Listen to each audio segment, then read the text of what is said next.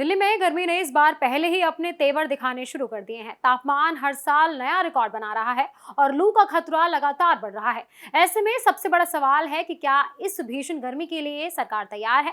इसी चिंता के बीच दिल्ली सरकार ने एक बड़ा और राहत देने वाला प्लान तैयार कर लिया है, जो आम लोगों से लेकर बच्चों और मजदूरों तक हर किसी के लिए बेहद जरूरी साबित हो सकता है। दिल्ली की मुख्यमंत्री रेखा गुप्ता ने हीट वेव से बचाव के लिए हीट एक्शन प्लान 2026 लागू करने की तैयारी शुरू कर दी है।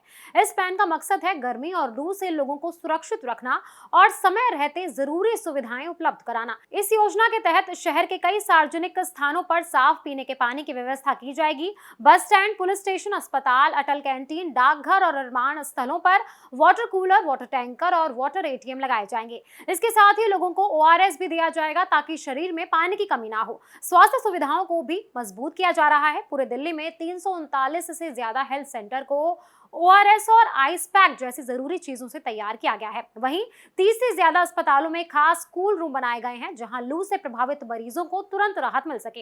इसके अलावा 330 एम्बुलेंस को भी तैयार रखा गया है, जिनमें लू से जुड़ी बीमारी के इलाज की सुविधाएं होंगी। मुख्यमंत्री ने निर्देश दिए हैं कि हर अस्पताल में लू के मरीजों के लिए पर्याप्त बेड उपलब्ध हो। साथ ही डॉक्टरों और आशा वर्कर्स को ट्रेनिंग भी दी गई है ताकि वो समय पर सही इलाज कर सके। बच्चों के लिए भी खास इंतजाम किए गए हैं। दिल्ली के स्कूलों में वाटर बेल सिस्टम शुरू किया जाएगा।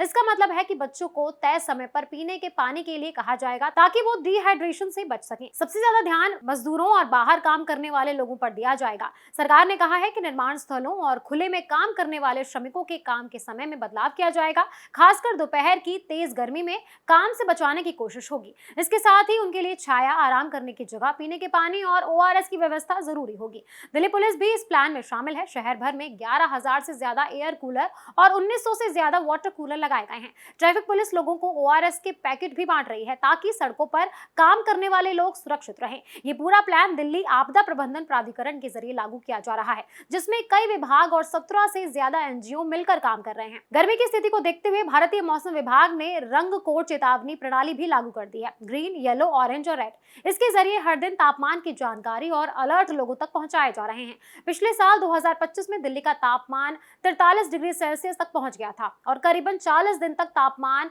40 डिग्री से ऊपर रहा। इसी वजह से इस बार सरकार पहले से ही तैयारी कर रही है।